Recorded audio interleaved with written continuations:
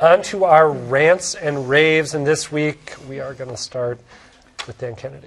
I have a rave for the Weather Channel, which, as Hurricane Florence was approaching the Carolina coast earlier this week, put together an absolutely terrific visualization of what a 9-foot flood would look like. And I understand we're going to see a little bit of that right now.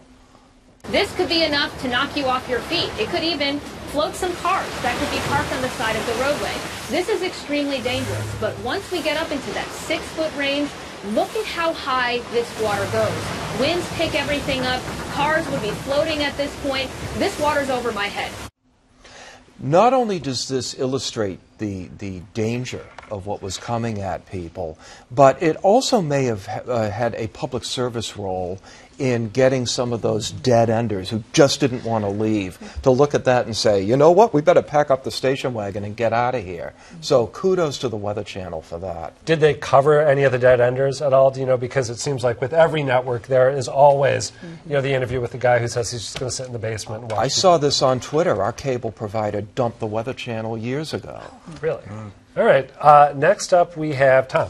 I'm going to do a rant. I'm not sure if I do it at Fox for letting Tucker Carlson do what he does, or just at Tucker Carlson. But this has to do with his show earlier this week, where he had Michael Avenatti on. Michael Avenatti is the lawyer for Stormy Daniels, and he has become quite an outspoken advocate and an attack dog against President Trump here. But Tucker Carlson brings him in and says to him, I recognize that we've been going after each other for all of these months here, but I've agreed to come on and I'm going to be fair to you. And they immediately start out, and I think we can show something on the screen. As soon as the conversation begins, maybe we don't have it, a chyron begins running across the bottom of the screen. All right, I guess we do have it. Let's take a look at it. I said I'd give you a fair interview. I actually don't have an interest in squabbling with you at all, or name calling. I've done a lot of that to you, and you've done it to me. No, but not to my face. I could. You're the one that refers to her consistently as a porn star, and as to me as a creepy porn lawyer. And meanwhile, you give the president. Meanwhile, you give the president a pass.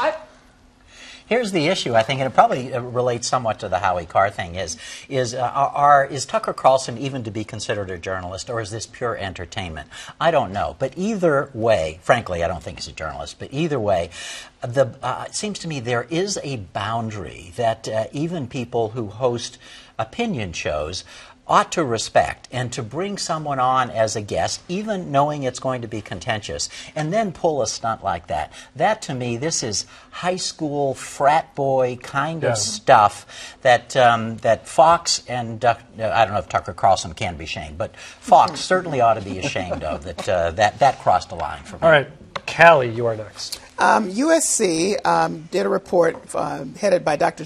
Stacy Smith about the gender and race of film critics and whether or not that has impact on the actual reviews. The answer is yes. It's overwhelmingly men, and they talked about how fewer films with women get covered because of men. I'm sure it's unconscious bias, you know, what those reviews are like if compared by ones with women.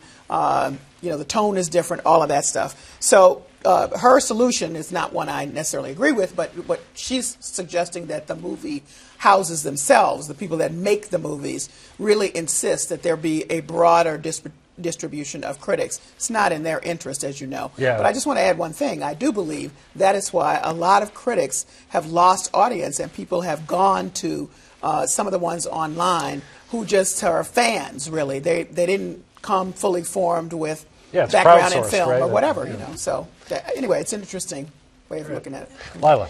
I have a rave for the National Review's David French, because he wrote a piece earlier this week talking about how he has changed the way he covers police shootings.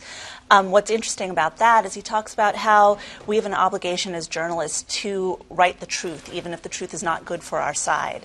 And a lot of conservative-leaning publications, like the National Review, like Reason, like Conversation Magazine, are really questioning the narrative of the Jean shooting in a way that mainstream media and the Dallas media in particular are not. Well, good for him. It seems like I've noticed that on the right as well, and I think it's commendable. All right, I have a very quick rant for the New York Times, which published an article in today's paper saying that Nikki Haley had a priceless view of New York and had spent $52,701 on her curtains. Nikki Haley, Donald Trump's ambassador to the UN, of course.